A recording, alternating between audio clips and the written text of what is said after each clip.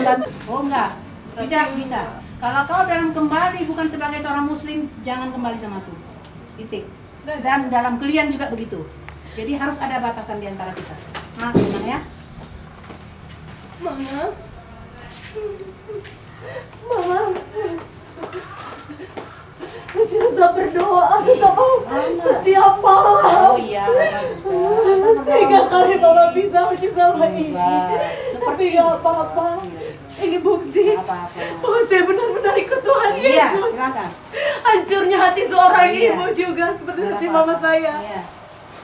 Iya, silakan. Siapa yang bisa ngantar ya? Tuhan Yesus, aku percaya kau punya rencana besar buat anakku. Iya. Buat anakku Tuhan. Silakan. Kami tunggu sini.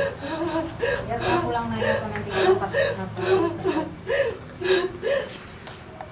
Pergi sana. Pergi sana. Dia bilang pergi. Tak perlu. Tak perlu kau ingin. Kamu tak pakai sepatu. Aku tak pernah tahu ya. Lihat bebe. Yalah, nggak ada di Indonesia atau di Indonesia. Allah Bapa, Allah Anak, Allah Roh Kudus, ini harus 3, tapi tidak boleh begini, harus begini, tapi tidak boleh begini. Nah, jadi harus begini, begini pun nggak boleh, begini, oke, tapi gini nggak boleh. Ini jadi esa, tunggal. Jadi dia 3 pribadi dalam kesatuan. Jadi namanya Trinitas ya. Dulu Tritunggal, terus ada lagi istilah Trinitas. Terus Anies Baswedan sekarang buat 3 in 1 lagi itu ya. Di Jalan Sudirman ya. Sama sebenarnya itu artinya semua. Ini apa, Pak? Itu pulpen, Pak. Oke, bolpen. Ingat bolpen ya. Bolpen ya.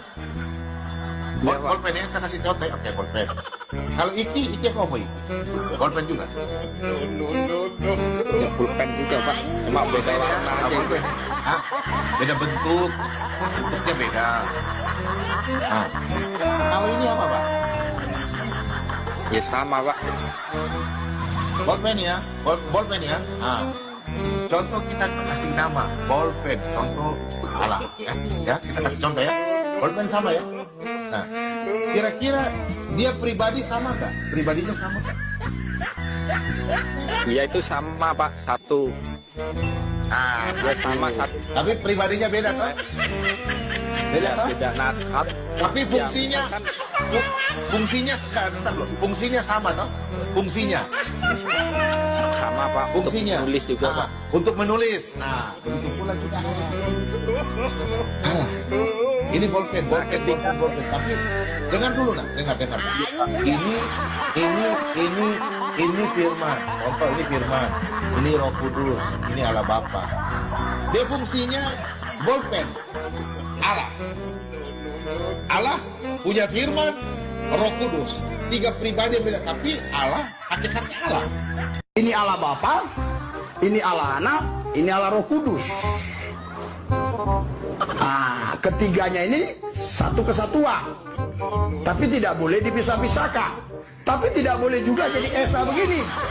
Harus Allah Bapa, Allah Anak, Allah Roh Kudus. Tapi juga tidak boleh dijadikan satu begini.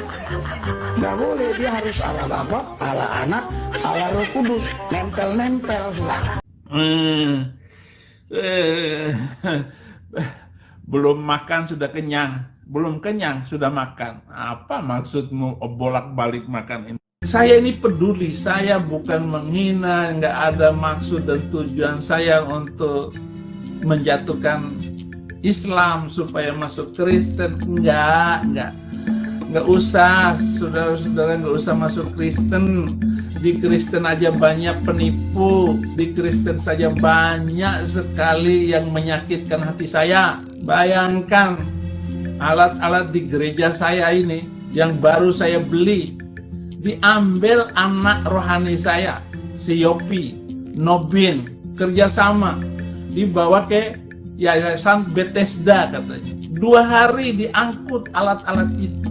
Di Kristen sudah banyak jahat, nggak usah masuk Kristen, karena orang-orang di Kristen aja banyak yang jahat.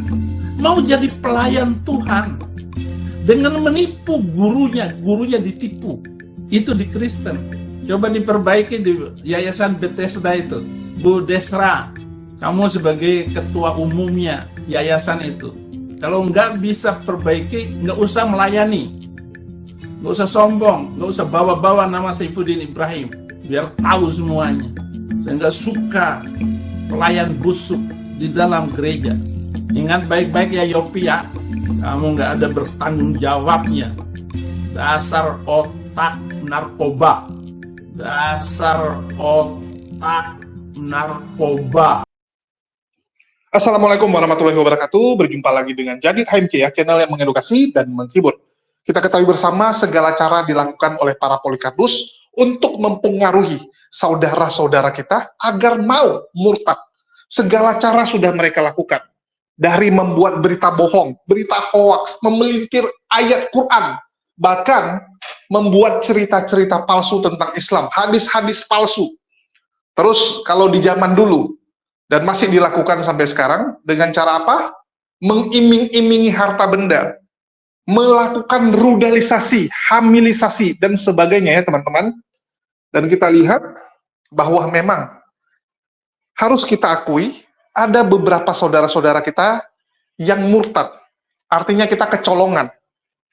Ada beberapa yang murtad ya teman-teman. Dan kita lihat bahwa agama Islam masih menjadi agama mayoritas di Indonesia, tapi terus digempur dari segala sisi. Alhamdulillah, 2 tahun terakhir ya teman-teman, dari 2022 sampai 2024 ini, kita kalau lihat data statistik, jumlah persentase dari penduduk yang beragama Islam itu mengalami kenaikan. Dari 86,4% menjadi 87,0 sekian persen. Ada kenaikan, walaupun sedikit. Ini lebih bagus daripada 10-an tahun yang lalu, di mana jumlah penduduk Islam itu terus turun. Secara persentase turun, karena berpindah keyakinan. Dan kita bisa lihat, tahun 2023 kemarin, jumlah Kristen itu meningkat sampai menyentuh angka 20 juta penduduk. Kurang lebih 7, sekian persen dari populasi Indonesia. Dan kalau kita lihat bagaimana berita-berita hoaks mereka sebarkan ya, mereka bilang banyak sekali orang-orang yang murtad, bahkan dibilang jutaan orang Islam murtad setiap tahunnya. Murtadnya kemana? Ke Kristen. Kalau ke Kristen harusnya kenaikan Kristennya sangat tinggi dong, kan begitu. Tetapi kalau kita lihat, yang murtad memang lumayan banyak, tetapi yang mualaf juga begitu banyak. Yang mualaf juga banyak. Dan ini menjadi PR, teman-teman. Di sini saya ingin sampaikan ya, bahwa ini jadi PR besar bagi kita, di mana saya melihat banyak sekali orang-orang yang memutuskan mualaf setelah mendengarkan dakwah-dakwah Islam, setelah adanya internet, diskusi lintas iman, yang membuat akal teman-teman, orang-orang di luar sana jadi terbuka. Tetapi di satu sisi kita masih kecolongan juga. Jadi kita jago cetak gol, tapi pertahanan kita juga rapuh. Ini yang kemarin saya sempat diskusikan dengan Ustadz Iwan, sekjen dari Arimatea. Lembaga Arimatea ini adalah lembaga senior ya, kalau saya bilang sesepuh atau seniornya lembaga yang membuat diskusi lintas iman. Jadi sebelum ada Mualaf Center, sebelum ada AWF, sebelum ada Hagia Sophia, yang pertama sekali membuat diskusi lintas iman, ini adalah Arimatea. Bagi teman-teman yang nonton debat dari zaman dulu mungkin tahu ya, Arimatea. Kalau sekarang mungkin agak kurang terdengar, karena fokus Arimatea udah berubah. Fokus mereka lebih ke arah mencegah pemurtatan, mengurus kasus-kasus orang yang murtad. Karena yang mualaf udah banyak yang lakuin, udah banyak yang kerjain, jadi bagi tugas. Harus ada yang mengambil kerjaan yang tidak diambil oleh orang lain, kan begitu. Jadi memang ngurusin pemurtatan ini salah satu kerjaan yang paling nggak enak, teman-teman. Paling nggak enak gitu. Sama seperti sepak bola gitu. Orang lebih suka jadi penyerang, karena biasanya yang terkenal penyerang gitu kan. Yang jadi pemain terbaik biasanya ya gelandang serang, penyerang gitu kan, lebih menonjol karena dia nyetak gol.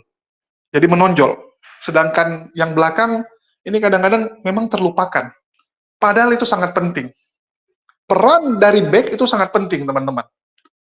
Dan kita lihat ya, pemurtatan itu cukup masif dan segala cara mereka lakukan, bahkan cara-cara curang juga sering kita dapati dilakukan oleh para Polycarpus. Sering cara-cara curang mereka buat. Bahkan saya dapat informasi ya dari Ustadz Iwan, di mana saya ditampilkan kepada saya data-datanya, testimoni dari orang-orang, bahwa bahkan sampai ada yang melakukan ilmu hitam, sihir, memurtadkan dengan cara sihir. Sehingga orang yang murtad ini berubah 180 derajat. Yang sebelumnya dia sabar, tiba-tiba jadi pemarah. Yang sebelumnya sama orang tua sangat perhatian, sangat sopan sama ibunya. Begitu dia murtad, ibunya sakit, operasi pun dia tidak peduli. Tidak peduli, teman-teman. Bahkan berani ya, memaki, memarahin ibunya. Kalau dulu waktu di Islam, meninggikan suara saja tidak mau, tidak berani. Ini tiba-tiba begitu murtad berubah, seperti orang kesetanan. Nah, kalau yang case-case seperti itu, ternyata ya, memang ada mistik-mistiknya. Ada hal-hal yang goib, teman-teman. Karena manusia itu nggak bisa berubah sampai 180 derajat dalam waktu sekejap seperti itu. Nggak bisa, kecuali ada yang aneh. Kalau memang murtad, itu pilihan dia, ya uwes gitu. Tapi biasanya ya, kelakuannya tetap gitu. Nggak mungkin ya, yang sebelumnya dia bersih gitu kan, bangun tepat waktu. Rajin misalnya kan, rajin kerja, bangun tepat waktu. Tiba-tiba begitu murtad, langsung berubah gitu. Langsung tidurnya sampai siang, nggak mau lagi kerja. Kan aneh kalau seperti itu. Kalau saya mengambil omongan ya, masalah jin kafir, ya bisa jadi kerasukan jin kafir gitu. Ada jin kafir yang dimasukkan ke badan dia, sehingga sifat dia benar-benar berubah 180 derajat. Nah, ini yang mengerikan. Ini mengerikan, teman-teman. Jadi ini penting sekali. Penting sekali bagi kita untuk memperhatikan masalah pemurtatan ini. Dan kita lihat bahwa memang kita kurang menaruh perhatian untuk pemurtatan. Kenapa seperti itu? Karena banyak orang bilang gini, udahlah dia mau murtad silakan, pilihan hidup dia, urusan dia, neraka dia kok, ngapain diurusin? Banyak dari kita tuh seperti memutuskan hubungan dengan orang-orang yang sudah murtad. Kita masa bodoh, ya udah dia mau murtad silakan gitu. Nggak usah lagi dibahas tentang agama. Paling kalaupun masih berhubungan ya sebagai teman, ya sebagai keluarga, masih berhubungan tapi masalah agama udah nggak usah dibahas. Nah, ini yang salah. Ini yang salah, teman-teman. Orang yang murtad itu adalah orang yang tersesat yang masih bisa kembali. Masih bisa kembali gitu. Kalau orang saja bisa mualaf, dari non-Islam bisa mualaf, kenapa yang pernah di Islam tidak bisa kembali? Harusnya malah lebih gampang, lebih bisa. Karena akalnya sudah pernah terpakai. Dia sudah pernah tahu tentang kebenaran. Kalau sekarang tersesat pun, maka saya yakin, di iman barunya dia akan kebingungan. Dia akan melihat bahwa, oh ini kok kontradiksi, oh ini kok melawan akal saya gitu kan. Lama-lama hati kecilnya itu pasti akan terketuk. Pasti, teman-teman. Itulah butuh perhatian khusus dari teman-teman semua, organisasi-organisasi Islam, untuk melawan pemurtatan ini. Ini penting nih, teman-teman. Anti pemurtatan, ini harus jadi agenda. Jadi agenda kita. Dan di sini saya akan tampilkan satu case, teman-teman. Kalian sudah lihat di pembukaan ya. Saya akan cerita sedikit. Jadi ada seorang ibu, namanya kalau tidak salah Hafsah. Jadi ibu Hafsah ini kehilangan putrinya. Tiba-tiba putrinya putus komunikasi. Komunikasi terakhir adalah saat anaknya, yang perempuan ini, ikut ke NGO. Ya, direkrut oleh NGO saat membantu korban tsunami di Aceh. Jadi ini case sudah lama. Ini video sudah lama. Selama ini itu disimpan, tidak dipublis. Tapi sekarang kita akan publis satu persatu video-video seperti ini supaya kalian tahu. Ini salah satu case pemurtatan yang ya cukup menyedihkan kalau saya bilang. Cukup menyedihkan. Jadi anaknya ini direkrut oleh NGO untuk membantu korban-korban tsunami yang ada di Aceh. Dan ternyata NGO-nya ini dari gereja. Ya, dari gereja. Jadi si perempuan ini ikut kerja di sana dan salah satu pekerjaannya adalah menghibur dengan menyanyikan lagu-lagu. Dan lagunya salah satunya ya lagu rohani. Jadi si perempuan ini diajarkan lagu rohani. Dan di situ ibunya udah bingung gitu. Ini kok tiba-tiba anak perempuannya jadi bisa lagu rohani gitu kan. Rupanya memang kerjanya seperti itu. Dan singkat cerita, tiba-tiba anak perempuannya hilang. Jadi anak perempuannya dan ibu ini tinggalnya di Medan, domisilinya di Medan. Dapat kerjaan ke Aceh, kan begitu. Dapat kerjaan di NGO yang ada di Aceh. Terus anak perempuannya hilang tiba-tiba. Nggak ada ngomong apapun, teman-teman. Ini mirip nih sama kisah-kisah murtadin seperti Effendi Usman ya. Tiba-tiba hilang begitu saja, mamanya nangis. Ya mungkin teman-teman tahu ya, bagaimana Effendi Usman itu dapat label anak durhaka, karena mamanya itu sampai stres nyari dia. Mamanya sampai sakit, mamanya masuk rumah sakit pun dia tidak peduli.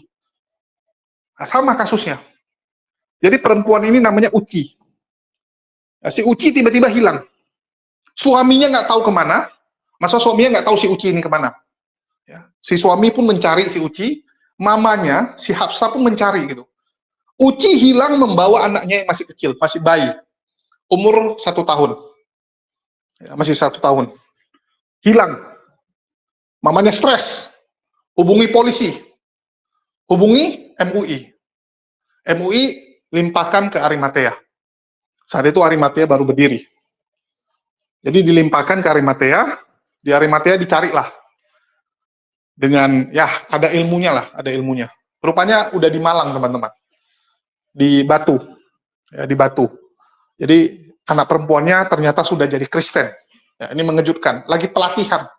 Sudah di Kristen dan ikut pelatihan. Nah, ini mengejutkan. Tapi sebelum saya lanjut, teman-teman nonton aja dulu ya. Teman-teman nonton dulu, nanti akan saya jelaskan lagi. Tapi kalian lihat dulu videonya.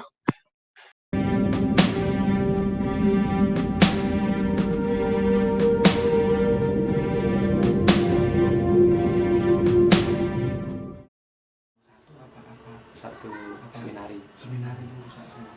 Karena ini seminari sekolahnya. Iya, namanya sekolah. Karena gini, kami di sini sudah cukup terbaik hati. Teman-teman sampai begini kali gitu. Sampai begini kali.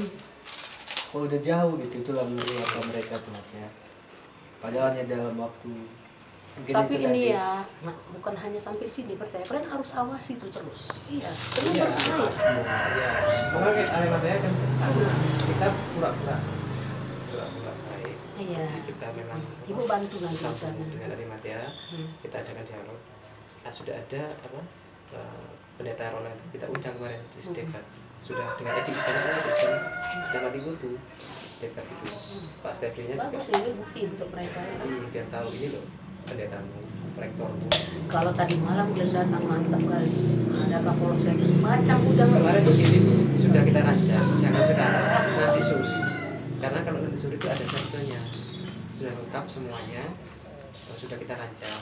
Ada Pak Marunya itu kombes. Nah itu kita datangkan untuk apa? Jadi nggak ikut ini langsung. Karena Tuhan Yesus berkati kita ya. Amin.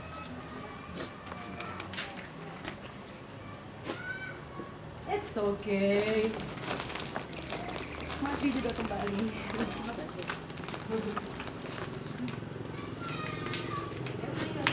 Ayo, mana mobil? Iya.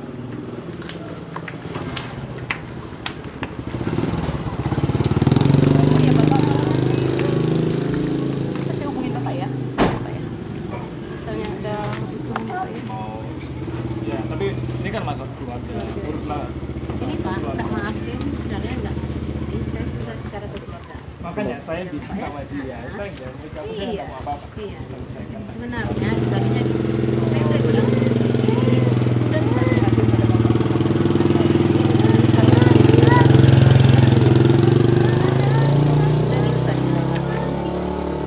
Coba untuk apa gitu dari nasihat Uci, jangan sampai ini persoalan ke polisi atau apa, nanti ribut daerah ini kita buat hanya persoalan antara ibu dengan orang tua dengan suami ya. Nah masalahnya ya kan, soalnya saya ini Uci pergi tanpa permisi. Enggak, ya Pak ya. Tanpa ada permisi. Enggak bisa Pak. Ya, saya Bapak biar tahu ringkas cerita, Uci pergi dari rumah tanpa izin dari kami. Bukan masalah 24 tahun, tidak punya kebiasaan dalam rumah tangga kami, ya Pak ya. Dan saya tahu ada yang mengajak dia pergi. Itu aja ya Pak ya. bukan saya nggak tahu di Medan siapa orang yang mengajak dia pergi, kami tahu. Makanya untuk tidak ribut, saya coba dari kemarin saya ajak selesai cara keluarga supaya jangan jadi keributan. Mereka coba memperkuat ya Pak ya.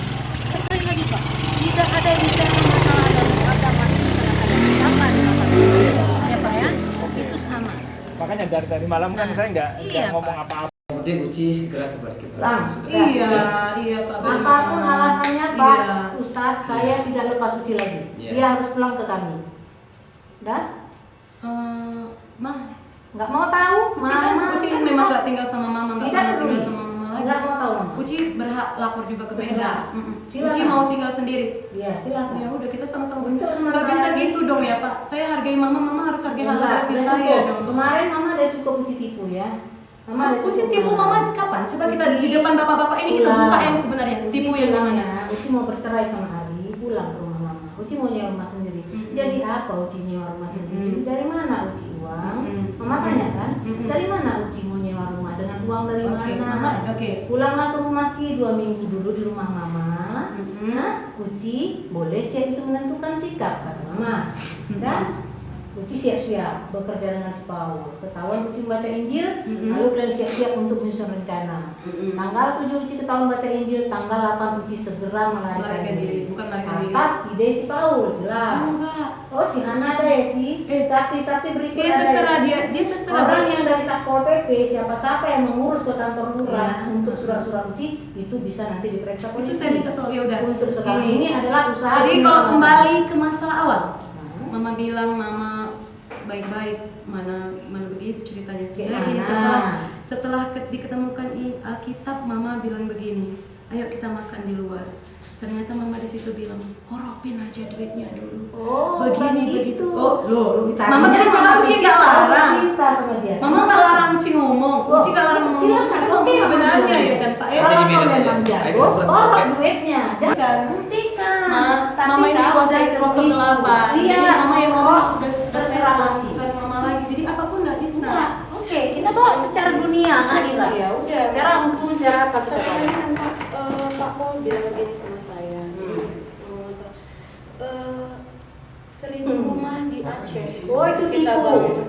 Bahkan mereka meledakkan Aceh dengan tipu muslihat bisa masuk ke Indonesia. Tahu? Dengan Seolah-olah 25 Desember Tuhan mereka lahir, 26 dihancurkan. Itu tipu daya terbesar, Tuhan tahu ya. ya, dengan tsunami atau apa kata mereka, tetapi satu jiwa terselamatkan. Amerika Serikat Jadi negara kalaupun tipu daya. Kalaupun memang harus diusir dari Indonesia, mereka tidak takut karena 700 rumah dibangun untuk orang-orang di Aceh.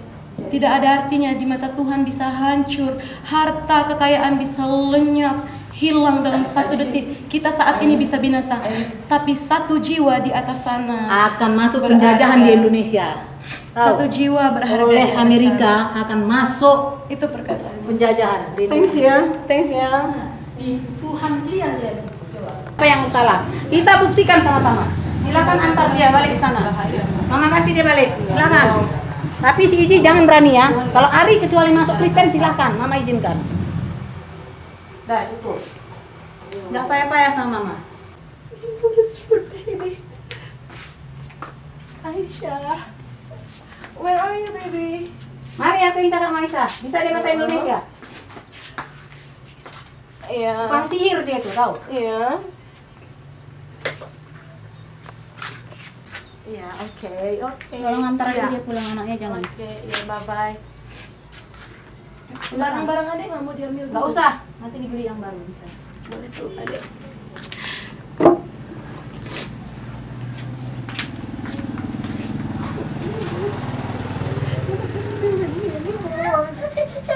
Dia nggak mau sama kau. Kasih sama bapaknya. Iya. Mau kau lahirkan dia, kau aniaya dia. Bentar lagi adek sama papa ya.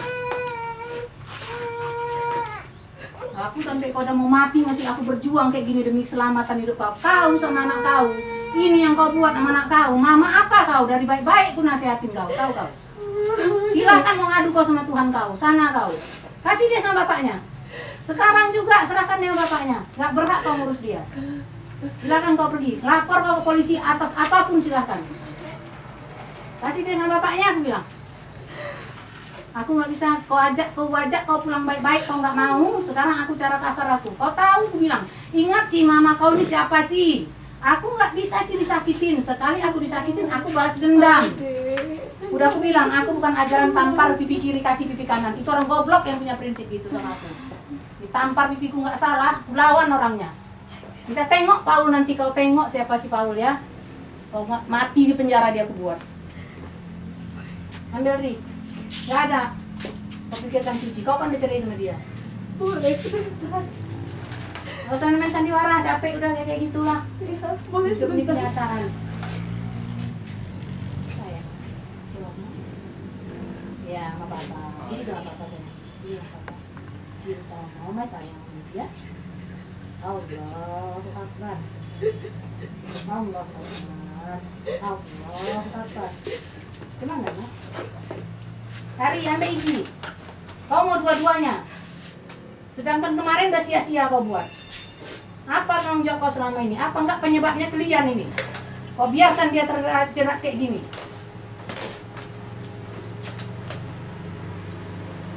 Ini harta dunia yang enggak seberapa. Apa sih yang kalian dapat? Orang rela miskin. Kau aja rela miskin di Tuhan kau. Apa yang kau dapat selama ini? Sekarang coba belajar kalian, balas ganti. Rela miskin kalian demi Tuhan kalian. Buatlah sekarang. Mana harta yang kalian kumpul dari si Paulus? Nggak ada kan? Cuma ditipunya kalian. Inna dina indallahil Oh, Islam. kita buktikan Ci ya, siapa nanti yang lebih benar. Uci bisa buktikan. Cakap mama ini. Ya ayyuhalladzina amanu. Silakan Uci pergi, diantar pun. Gantian. Kalau dalam perceraian, anak boleh gantian. 2 bulan sama Uci, 2 bulan masih Ari. Udah titik. Oh enggak, tidak bisa. Kalau kau dalam kembali bukan sebagai seorang muslim, jangan kembali sama Tuhan. Titik. Dan dalam kalian juga begitu. Jadi harus ada batasan di antara kita. Maaf ya. Mama. Mama. Uci tetap berdoa, tetap setiap malam. Oh iya. 3 kali Mama bisa Uci sama ini. Tapi gak apa-apa. Ini bukti bahwa saya benar-benar ikut Tuhan Iya, Yesus. silakan. Hancurnya hati seorang Iya. ibu juga seperti hati mama saya. Iya. Iya, udah, silakan. Siapa yang bisa ngantar ya? Tuhan Yesus, aku percaya kau Ya. punya rencana besar buat anakku. Iya, Buat anakku Tuhan. silakan. Kami tunggu sini. Ya, saya pulang naik apa nanti dapat apa. Pergi sana. Pergi sana. Bilang pergi. Tak perlu. Tak perlu kau beginian. Aku tak pakai sepatu ini. Aku tak pernah mau tahu ya. Lihat baby. Elah, nggak ada ini di Indonesia atau di Inggris nih. Di Inggris di sana mau kata Inggris. Uang los Paul, tahu kau? Sana si Paul sembah. Apa yang bisa dibuat pendeta kau panggil? Ada ditolongnya kau. Mana buktikan? Mana berani hadapin sini? Ikutinlah kau ke kantor polisi aja nggak berani ngikut. Itu aja dulu kau buktikan. Logika aja kita, tahu kau. Jangan di akhirat kau bawa siapa-siapa ya. Di dunia ini aja nggak bisa kau bawa. Ya, jangan puasa saya. Saya cukup. Ya, teman-teman sudah saksikan ya. Cukup sangat ini ya. Menyentuh hati, sangat sedih, sangat menyedihkan malah saya bilang ya. Dan di sini kalau kita lihat ini sebenarnya bisa dicegah. Yang seperti ini bisa istilahnya jangan sampai terjadi lah. Jadi si perempuan, si Uci, itu di akhirnya, di endingnya, dia lebih memilih tetap Kristen, walaupun harus berpisah dari ibunya, berpisah dari suaminya, dan berpisah dari anaknya. Bayangkan, anaknya yang masih 1 tahun pun rela dia tinggalkan. Rela dia tinggalkan. Dan si ibu pun, yaitu Hafsah, itu luar biasa teman-teman. Nggak gampang loh, merelakan anak perempuannya seperti itu. Siap dengan konsekuensi bahwa anaknya tuh nggak diakui lagi. Berat, coba kalian bayangkan ya. Kalian di posisi harus mengatakan kepada anak kalian, saya nggak akui lagi kamu gitu. Berat loh itu teman-teman. Sakit hatinya. Ini cukup mengejutkan. Cukup mengejutkan karena si Uci ini lebih memilih agama Kristen, bahkan dia seakan-akan bahwa ini kebanggaan bagi dia. Seakan-akan bahwa dia sedang pikul salib. Ini saya sedang pikul salib gitu kan. Nggak apa-apa, saya berpisah dengan anak saya. Nggak apa-apa, saya nggak punya suami lagi gitu. Nggak punya mama juga nggak apa-apa gitu. Ini cukup mengejutkan. Kenapa? Karena si Uci kelakuannya nggak seperti itu, teman-teman. Sebelumnya kelakuannya nggak seperti itu. Kelakuannya hormat dengan orang tua. Sangat hormat. Begitu juga kepada suami. Karena kita tahu di Islam ya, bagaimana hubungan suami dan istri itu benar-benar diajarkan dengan sangat jelas. Jadi tiba-tiba Uci berubah, nggak peduli dengan semua. Ini mengerikan. Ini sangat mengerikan, teman-teman. Dan setelah dari kasus ini, ya, kejadian itu, ibu dari Uci, yaitu Ibu Hafsah, itu datang, teman-teman. Jadi Ibu Hafsah ini tiba-tiba datang lagi, dia bawa barang-barangnya Uci. Dan salah satu barangnya itu adalah obat. Ya, adalah obat yang dia bilang Uci itu cerita saat dia kerja di NGO, kan mereka tinggalnya di asrama. Ya, dia tinggalnya di asrama dan ternyata dia sering sakit kepala. Dia bilang dia sering mengeluh sakit kepala. Dan biasanya kan kalau sakit kepala itu kan Panadol, ya, Bodrex, kan yang kita kenal seperti itu. Betul tidak? Ya, obat-obat umum lah, obat-obat sakit kepala. Tapi dari kantornya ngasih obat yang dia bilang ini lebih bagus. Dan karena Uci ini polos dan merasa ini kan NGO-nya perusahaan besar, nggak mungkin lah sembarangan ngasih obat. Jadi dia kasih obat yang Uci sebenarnya nggak tahu, tapi dia makan. Dan setelah makan dia bilang tuh agak mendingan. Ya, itu obat-obatnya itu ketinggalan di rumah. Ya kan masih ada sisanya di rumah. Dibawalah sama si ibu ke Arimatea untuk nanya ini obat apa. Arimatea bawa itu ke lab. Nanyakan kepada ahlinya, ini obat apa? Rupanya itu obat saraf, teman-teman. Ya, obat saraf. Ini obat keras. Akan mempengaruhi pikiran kamu. Jadi orang sakit kepala dikasih obat seperti itu. Bahkan bisa jadi sakit kepalanya itu memang diskenariokan ya. Kita nggak tahu. Tapi ini cukup mengejutkan karena dibilang sama labnya, ini obat ini dikasih ke siapa gitu. Karena ini obat bukan sembarangan obat gitu, nggak boleh sembarangan. Ini mengejutkan gitu. Jadi kalau dikasih obat ini, memang kamu akan ikut kepada orang yang dekat sama kamu nantinya. Ya misalnya kamu mau pengaruhi seseorang, nah, kamu kasih obat itu, ya, dan kamu pelan-pelan pengaruhi dia, dia akan ikut kamu. Dia akan dengan gampang ikut kamu. Itu guna obat tersebut. Ya, itu gunanya obat tersebut. Jadi bisa jadi, ya sekali lagi ini dugaan. Ini dugaan, jadi memang diskenariokan dia untuk makan obat itu supaya bisa dicuci otaknya. Ya, bisa dicuci otaknya dan mengikuti mereka. Nah, ini cukup mengejutkan. Dan kita mendapati case-case-nya ini cukup unik. Banyak murtadin-murtadin itu, begitu dia murtad, ya begitu ikut perkumpulan ini, dia memutuskan hubungan dengan keluarga. Nah, mungkin teman-teman juga sering dengar ya. Bahkan ibunya, orang tuanya itu nggak dikasih tahu apakah dia masih hidup, di mana dia, nggak dikasih tahu. Minimal dikasih tahu lah masih hidup. Kalau nggak orang tuanya kan akan mencari. Sama seperti Effendi Usman. Itu mamanya itu kayak orang gila mencari anaknya. Nanya ke kiri, nanya ke kanan, nggak ada yang tahu. Nangis-nangis setiap hari mencari anaknya. Saya kadang bingung ya, kok bisa ini anak-anaknya ini? Ya lu mau murtad ya silakan murtad. Minimal lu kasih tahu sama mamamu, saya masih hidup gitu.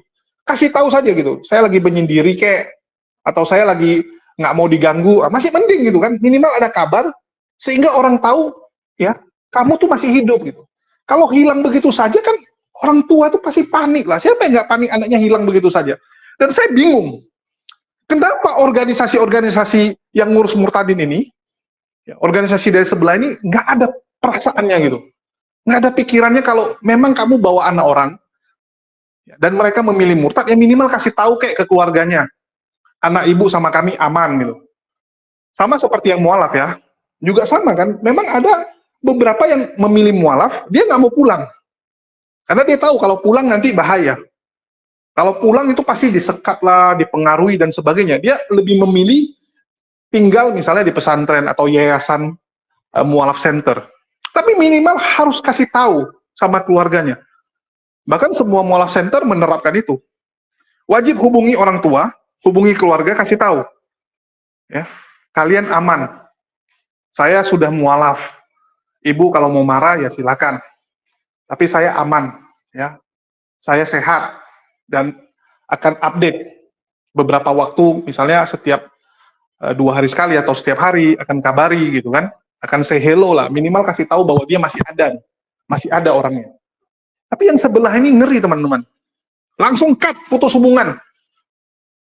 Berbulan-bulan baru nanti ada kabar. Kalian bisa bayangkan perasaan seorang ibu nggak tahu di mana rimba anaknya sampai berbulan-bulan. Itu salah-salah bisa gila. Saya katakan ya bisa gila. Saya kemarin ngobrol, ya, saya ngobrol dan tadi saya WA juga. Ini ada ibu, ya sama, anaknya murtad, langsung berubah kelakuan anaknya, dan anaknya tuh sempat tidak berhubungan dengan sang ibu, itu sampai berminggu-minggu. Bayangkan, ibunya berminggu-minggu nggak tahu di mana anaknya. Sampai stres, masuk rumah sakit. Jantung, jadi kena jantung, masuk rumah sakit. Ini si anak ini apa nggak berpikir gitu? Kamu tuh mencelakai orang tua kamu dengan cara seperti itu. Kalau kamu mau pindah agama ya silakan, tapi minimal kasih tahu kasih tahu. Saya contoh nih, saya mualaf. Saya sama orang tua saya biasa saja gitu, walaupun yang ngomel-ngomel gitu kan. Tapi dia tetap orang tua kita ya, tetap kita harus perlakukan dengan baik. Kalau ini lucu, saya nggak habis pikir. Dan ini banyak kasus seperti ini teman-teman. Kasus seperti ini banyak, dan di sini saya akan sampaikan ya. Saya akan fokus untuk memberitakan hal ini dan kita akan membedah case by case dengan Ustadz Iwan dan kita akan mengajarkan supaya ini tidak terjadi di keluarga kalian.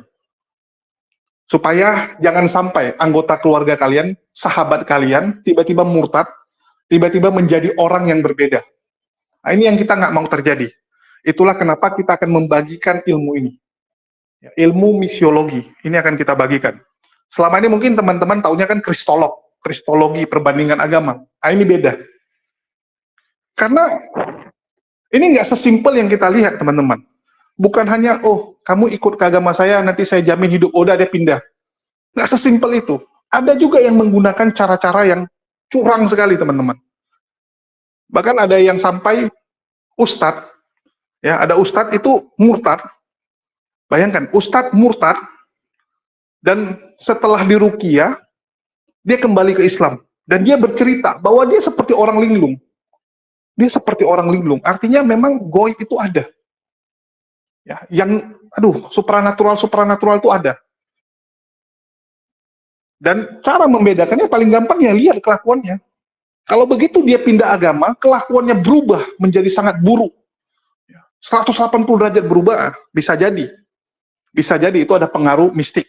Ada pengaruh obat-obatan atau apalah ya, yang nggak normal. Itu benar-benar udah nggak normal kalau seperti itu. Jadi perlu perhatian khusus. Dan saya bagikan nanti case by case, video by video, biar teman-teman tahu. Dan saya akan ajak Ustadz Iwan ya untuk menjelaskan, tapi mungkin nggak dijadiin AMC. Sekali lagi ini nggak dijadiin AMC, kita akan taruh di channel yang lain. Karena saya lihat, ya mohon maaf, dijadiin AMC penontonnya kurang tertarik yang beginian. Dan ini cukup menyedihkan. Saya ingin katakan saya sedih gitu. Kita terlalu sibuk pengennya itu orang mualaf. Oh, kalau yang mualaf senang gitu kan. Tapi kalau yang murtad-murtad seperti ini kita kayak, udahlah nggak usah dinonton, udahlah nggak usah dipedulin gitu. Padahal ini penting loh. Inilah yang lebih penting gitu, supaya jangan sampai terjadi di keluarga kalian. Banyak orang nggak peduli, begitu udah kena dia, baru sibuk. Baru sibuk kan, baru pening gitu. Wah ini gimana gitu. Kita harus akui bahwa banyak case-case seperti ini dan tidak tertangani. Sedih loh, banyak yang tidak tertangani karena nggak sanggup.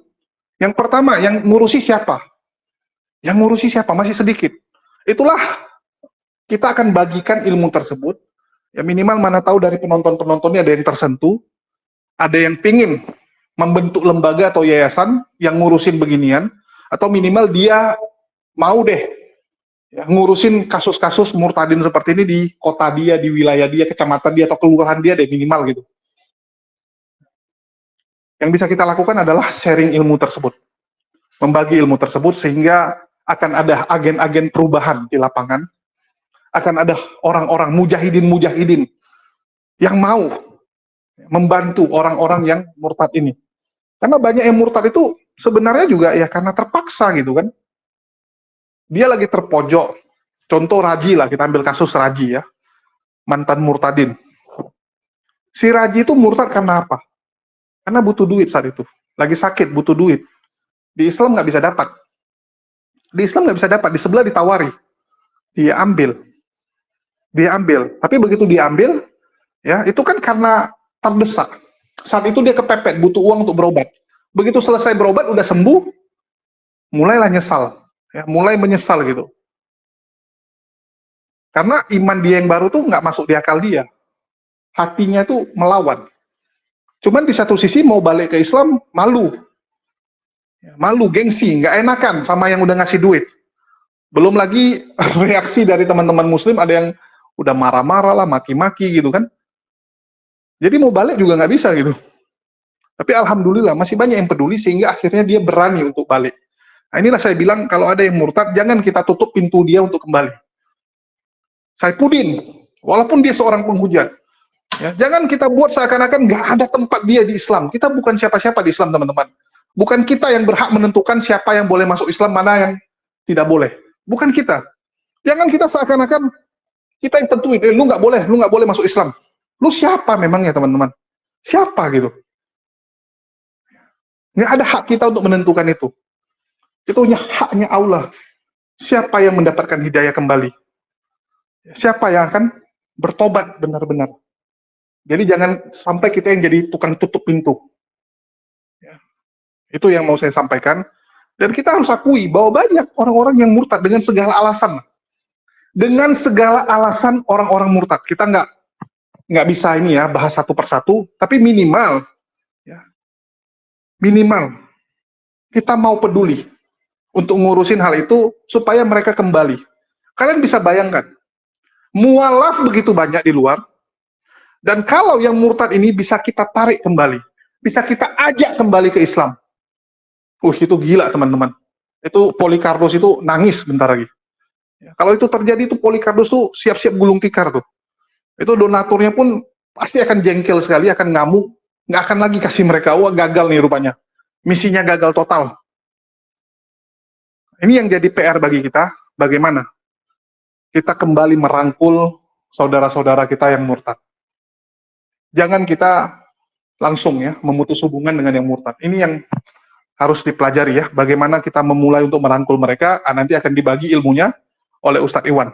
Ya, itu Ustadz Iwan yang ngomong lah. Oke, mungkin itu aja dari saya. Makasih buat teman-teman semua yang udah nyimak dan mendukung channel ini. Dan sekali lagi, terima kasih atas perhatiannya. Di akhir kata saya ucapkan, wassalamualaikum warahmatullahi wabarakatuh. Sampai jumpa di konten-konten kita berikutnya.